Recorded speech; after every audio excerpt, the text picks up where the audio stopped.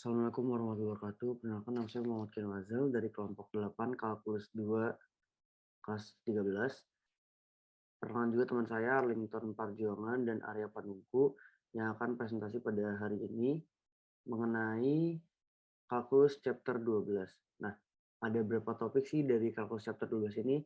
Ada 9 topik. Yang pertama adalah fungsi dua variabel, turunan parsial, limit dan kontinuitas, keterdiferensialan, turunan berarah dan gradien, aturan rantai, bidang singgung dan aproksimasi, maksimum dan minimum, serta metode pengali Lagrange.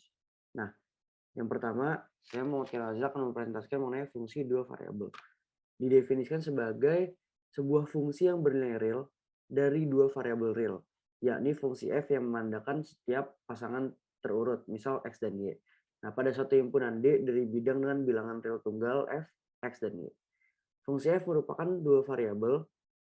Jika f memetakan pasangan dua buah bilangan real x dan y, R2 ke suatu bilangan real f dan y.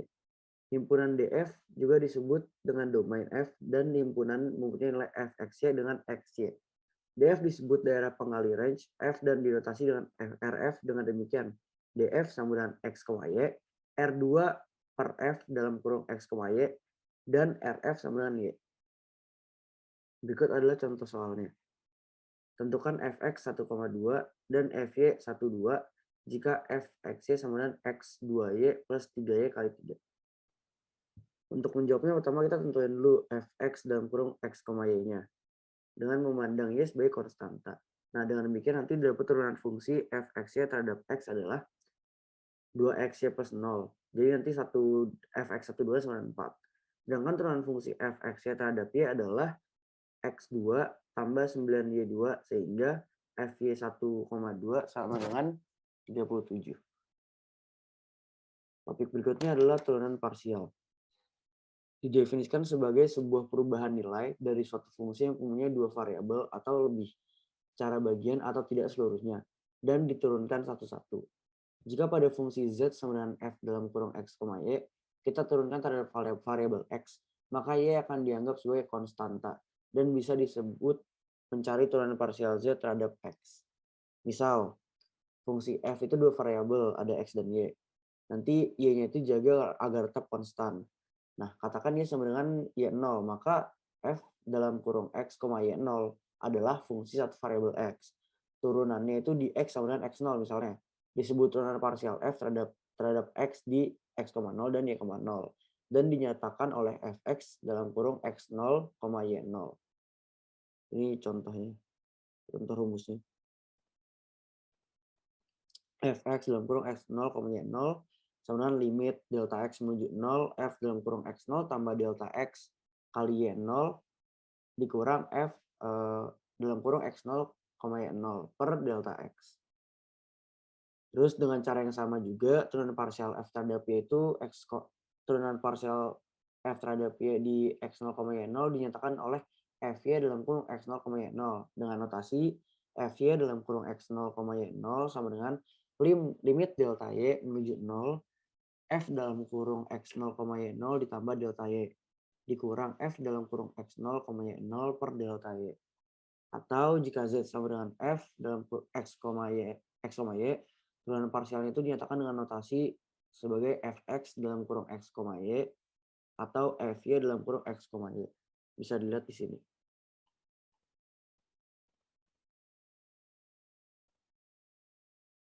Nah, ini berikut contoh soal dari turunan parsial. Jika z sama dengan x2, sin dalam kurung xy2, carilah alfa z per alfa x. Nah, ini bisa dilihat. Oke. Bab berikutnya adalah limit dan kontinuitas. Definisi limit sebagai angka yang didekati oleh fungsi sebagai variabel fungsi independen yang mendapatkan nilai tertentu. Jenis fungsi ini disebut kontinu. Secara intuitif, suatu fungsi kontinu atau suatu titik tertentu jika tidak ada pemutusan pada grafiknya pada titik tersebut. Definisi yang tepat dan kontinuitas fungsinya diberikan secara umum dalam kursus pengantar kalkulus dalam hal ide limit. Pertama, suatu fungsi f dengan variabel x kontinu di titik A pada garis real. Jika limit f dalam kurung x ketika x mendekati A sama dengan nilai fx di A, yaitu f dalam kurung A. Berikut adalah contoh soalnya. Diketahui fx sama dengan min 2, min 4 lebih kecil sama dengan x, lebih besar sama dengan x, dan lebih kecil sama dengan min 1. X min 1. X lebih kecil min 1, X lebih kecil sama dengan 0. Terus X kuadrat, X lebih besar daripada 0. Nanti diperiksa fungsi kontinunya di X sama dengan 0 dan X sama dengan min 1. Ini jawabannya. Limit X menuju 0, Fx dalam kurung limit X menuju 0, X min 1, X-nya tinggal diisi 0, langsung dapat min 1. Terus yang kedua juga, itu hasilnya 0 juga. Karena min 1 itu bukan 0, maka limit X menuju 0 itu tidak ada. Akibatnya F tidak kontinu di 0. Terus yang B, didapat hasil min 2 dan min 2. Sehingga F bisa ditarik kesimpulan bahwa F min 1 itu sama dengan min 2. Karena limitnya bernilai sama yaitu min 2, maka F kontinu di X min 1. Kita lanjut aja ke subbab berikutnya, yaitu keterdiferensialan. Jadi di sini menyatakan bahwa banyaknya perubahan tersial suatu kuantitas terhadap waktu atau terhadap kuantitas lainnya akan menumpuk menjadi perubahan total kuantitas. Misalkan suatu partikel berpindah mengikuti garis lurus dengan posisi diberikan sebagai X dengan T yang waktu dan XT berfaedah X yaitu fungsi dari L. Nah, turunan dari fungsi ini sama dengan perubahan intensitas kuantitas dx per perubahan intensitas waktu, di mana dt tentunya saja turunan tersebut sendiri tergantung pada waktunya. Jadi dirumuskan pula perubahan jarak per perubahan waktu ini sebagai kecepatan v partikel.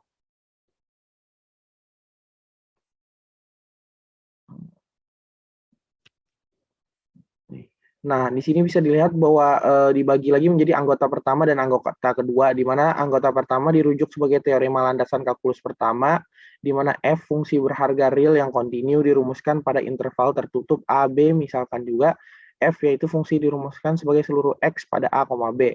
Dan anggota kedua ini dirujuk sebagai teori landasan kalkulus kedua, di mana misal f yaitu satu fungsi berharga real yang kontinu dirumuskan pada interval tertutup a, b kontinu dari f, yakni salah satu fungsi terhingga banyaknya yang sebagai seluruh X pada AB. Nah, bisa dilihat di sini tentukan gradien dari Fx, Y sama dengan XY kuadrat tambah Y kuadrat. Langsung saja dimasukkan ke dalam rumusnya ya di sini. Delta Fx per Xx, I tambah dou ZF per dou ZY, J. Setelah rumusnya dijalankan menjadi seperti ini, y kuadrat I tambah 2xy tambah 3y kuadrat j, y kuadrat, 2xy tambah 3y kuadrat. Oke, jadi berikutnya, subbab berikutnya yaitu turunan berarah. Jadi kita bisa lihat bahwa turunan parsial fungsi dua variabel fx, y dan fy, x, y mengukur laju perubahan dari kemiringan garis singgung pada arah-arah yang sejajar sumbu x dan y. Sasaran kita selanjutnya adalah mempelajari laju-laju perubahan f sembarang arah yang mengarahkan kita pada konsep turunan berarah. Kemudian dihubungkan dengan gradien sebagai penunjang penting bagi kita mengetahui penulisan vektor, misalkan P sama dengan X, Y, kemudian misalkan I dan J adalah vektor-vektor satuan pada arah-arah X, Y positif. Nah, pada turunan parsial Fx, Y sama dengan X kuadrat tambah Y kuadrat di 1,2 adalah, nah, jika diferensi 1,2 sama dengan 2X, 1,2 sama dengan 2, dan 2Y mendekati 1,2 sama dengan 4. Nah, turunan berarah dari F di 1,2 dalam arah vektor U 0,6 dan 0,8 adalah, nah ini contoh soalnya bisa dilihat ini, mohon maaf ini ada kesalahan, maksudnya diferensiasi 2,2 2,4 dot 0,6, 0,8. Jadi ketika dihitung menjadi 1 kali 2 ditambah 3 kali 2 sama dengan 4,4. Jadi yang ternyata lebih besar daripada div 1,2. Nah, berikutnya kita ada aturan rantai. Jadi aturan rantai ini atau chain rule ini merupakan rumus untuk fungsi komposit, fungsi yang dua fungsi matematika rantai pertama misalkan X sama dengan XT dan yang kedua adalah YT, terturunkan di T dan misalkan Z sama dengan F. Maka ini terturunkan di XT, bisa dilihat di sini nih, do Z per do T sama dengan DT per DX dikali DX per DT ditambah do Z per DY kali do Z do Y per do T, dapat diturunkan terhadap T ya. Rantai kedua. Jadi kalau rantai kedua ini misalkan X S, T dan Y S, T mempunyai turunan parsial pertama di ST dan misalkan Z sama dengan F X, Y terturunkan. Maka Z sama dengan Fx S, T parsial pertama yang diberikan. Berikut ini rumusnya dapat dilihat ya. Nah, fungsi implisitnya itu andaikan fungsi X, Y sama dengan 0 mendefinisikan dia secara implisit sebagai fungsi X. Misal Y sama dengan GX, kita akan menemukan beberapa kasus di mana akan kesulitan bahkan tidak mungkin untuk menemukan fungsi G. Dalam kasus ini, kita dapat menentukan DY per DX dengan menggunakan turunan implisit. Nah, namun subbab ini kita pelajari metode lain menentukan DY per DX jika fungsi Fx, Y sama dengan 0 diturunkan menggunakan aturan rantai. Maka diperoleh rumus seperti ini ya, df per d, do z per do f per d, do x tambah do x per do x tambah do f per dy kali do y per do y sama dengan 0. Dengan demikian maka dapat diselesaikan menjadi do y per dx sama dengan min df per dx per do f per do y ya. Langsung ke contoh soalnya. Misalkan Z sama dengan X pangkat 2, Y pangkat 3, dengan X sama dengan T kuadrat tambah 1, dan Y sama dengan T kuadrat min 1. Jadi berdasarkan rumus aturan rantai tadi yang kita sudah dapat yang ini ya, kita tinggal memasukkannya, dz per dx berarti Z diturunkan terhadap X, do X per dt berarti X diturunkan terhadap T, do Z per dy sama dengan Z diturunkan terhadap Y, dan dy per dt berarti Y diturunkan terhadap T. Nah, langsung ini udah diturunkan ya, 2xy pangkat 3, 2t tambah 3x kuadrat, 3x kuadrat Y kuadrat kali 2t. Nah, ini ketika disederhanakan kembali rumusnya menjadi 2t dalam kurung t pangkat 4 kurang 1, 5t pangkat 4 min 4t kuadrat min 1.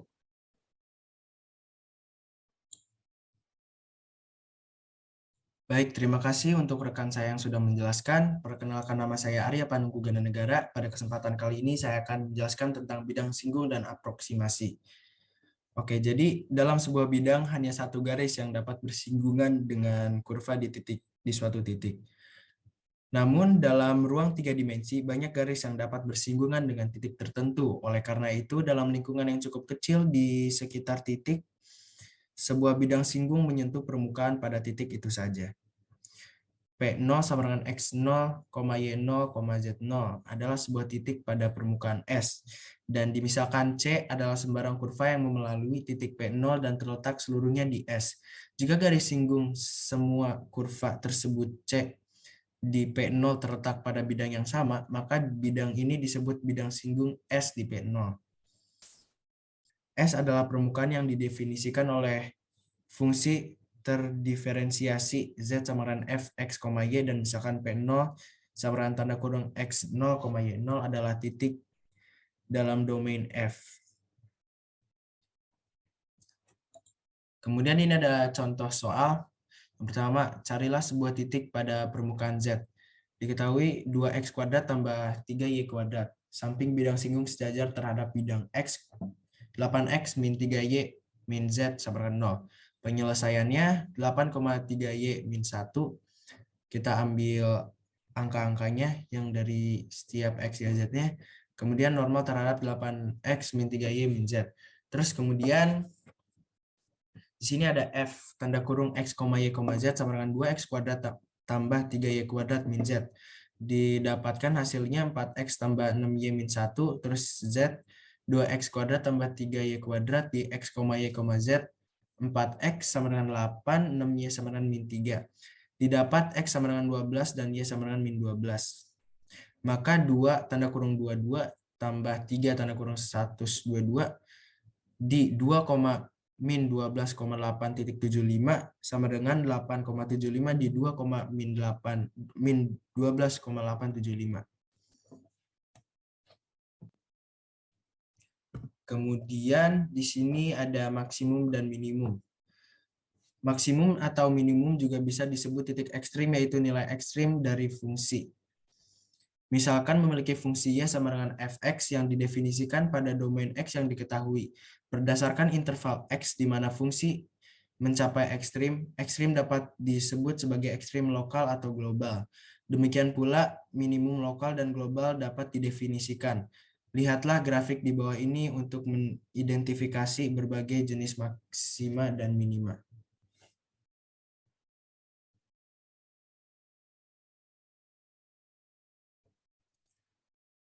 Kemudian yang di sini ada nilai ekstrim global, disebut nilai maksimum global F pada S. Apabila F tanda kurung P lebih besar atau sama dengan FP untuk setiap PS. Yang kedua, F tanda kurung P disebut nilai minimum global F pada S apabila FP lebih kecil atau sama dengan FP. Untuk setiap PS, nilai FP aksen disebut nilai ekstrim global F pada S apabila FP merupakan nilai maksimum atau nilai maksimum global atau minimum global. Kemudian ada nilai ekstrim lokal. Misalkan SR2, R dan P aksen ES. Yang pertama FP aksen disebut nilai maksimum lokal F pada S apabila terdapat cakram N yang membuat P aksen membuat FP aksen lebih besar atau sama dengan FP untuk setiap P, E, N, S. Kemudian FP aksen disebut nilai minimum lokal F pada S apabila terdapat cakram N yang membuat P aksen sehingga FP aksen lebih kecil atau sama dengan FP untuk setiap P, E, N, S. Nilai FP aksen disebut nilai ekstrim lokal F pada S apabila FP aksen merupakan nilai maksimum lokal atau nilai minimum lokal. Kemudian ada teorema eksistensi maksimum atau minimum. Jika F kontinu pada suatu himpunan tertutup dan terbatas S, maka F mencapai nilai maksimum dan nilai minimum global pada S kemungkinan di titik berbeda. Terus teorema titik kritis. Fungsi F hanya mungkin mencapai nilai ekstrim di titik-titik kritis antara lain titik perbatasan daerah asal F, titik stasioner, titik di mana F mempunyai turunan 0, titik singular, titik di mana F tidak mempunyai turunan. Ini adalah contoh soalnya. Tentukan nilai maksimum dari fungsi fx sama dengan min x kuadrat tambah 4x tambah 3. Penyelesaiannya. Yang pertama, fungsi awalnya fx sama dengan min x kuadrat tambah 4x tambah 3. Kemudian f aksen x sama dengan min 2x tambah 4. Dan f aksen x sama dengan min 2. Menentukan nilai x dari syarat stasioner. F aksen x sama dengan 0. Kemudian 2x tambah 4 sama dengan 0. Kemudian turunin lagi. X-nya sama dengan 2. Menentukan jenis stasioner. Gunakan turunan kedua untuk X sama dengan 4. F double aksen 2 sama dengan min 2 negatif. Jenisnya maksimum. Artinya nilai X sama dengan 2 menyebabkan fungsinya maksimum. Menentukan nilai maksimum saat X sama dengan 2. Substitusi ke fungsi awal. F maksimum sama dengan F 2 sama dengan min 2 kali 2 tambah 4 kali 2 tambah 3 sama dengan 7.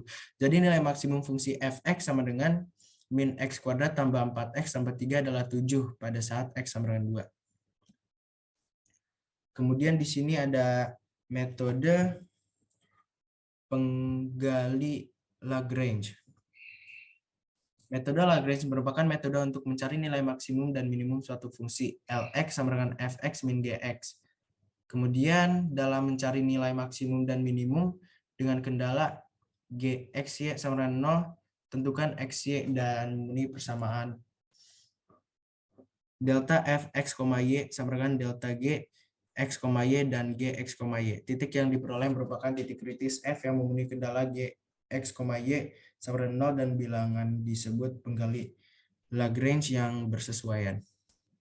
Metode pengali Lagrange dengan dua kendala untuk menentukan nilai maksimum dan minimum dari fungsi fx, y, z dengan kendala g x, y, z sama dengan 0 dan h x, y, z sama dengan 0. Kita selesaikan persamaan delta FP sama dengan delta GP tambah delta H tanda kurung P, G tambah P sama dengan 0, dan H tanda kurung P sama dengan 0. Titik P sama dengan X, Y, Z yang diperoleh merupakan titik kritis F, X, Y, Z, bilangan dan ialah pengali Lagrange yang bersesuaian. Kemudian di sini ada contoh soal, kita coba ambil contoh yang ini, gunakan metode Lagrange untuk mencari nilai maksimum dari minimum. Kemudian di sini dilihatkan diketahuinya apa, terus kemudian kita coba lihat ke gambar 2 dari pasal 15.8 untuk grafik dari paraboloid hiperbol Z sama dengan f x, y sama dengan y kuadrat min x kuadrat. Dari gambar ini tentu saja kita akan menerka bahwa nilai maksimum terjadi di plus minus 2,0 dan nilai maksimum di 0, plus minus 1, tetapi mari kita berikan dengan alasan dugaan ini. G, X, Y sama dengan X kuadrat tambah 4Y kuadrat min 4 sama dengan 0. Kemudian persamaan-persamaan Lagrange-nya berikut ada di sini, min 2X sama dengan 2X, di sini ada X, yang paling bawah ada X kuadrat tambah 4Y kuadrat sama dengan 4. Kemudian perhatikan dari persamaan ketiga bahwa X dan Y keduanya tidak dapat sama dengan 0. Jika X tidak sama dengan 0, persamaan pertama menyebutkan bahwa A sama dengan min 1, kemudian persamaan mensyaratkan bahwa Y sama dengan 0. Kita simpulkan dari persamaan kedua bahwa X sama dengan plus minus 2. Jika kita telah memperoleh titik-titik kritis plus minus 2,0, argumentasi yang persis sama dengan Y tidak sama dengan 0 menghasilkan A sama dengan 1/4 dari persamaan kedua.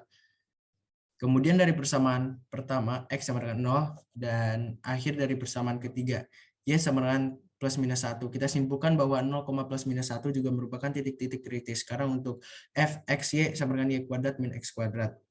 Kemudian di sini terlihat F 2,0 sama dengan min 4, F min 2,0 sama dengan min 4, F 0,1 sama dengan 1, F 0,-1 sama dengan 1. Nilai minimum dari F, X, Y pada elips yang diberikan adalah min 4, nilai maksimumnya adalah 1. Terima kasih sudah menonton video tugas ujian akhir semester kalkulus 13. Mohon maaf bila ada kesalahan kata. Saya Arlington dan Keanu mengucapkan terima kasih sudah menonton. Mohon maaf bila ada kesalahan kata. Assalamualaikum warahmatullahi wabarakatuh.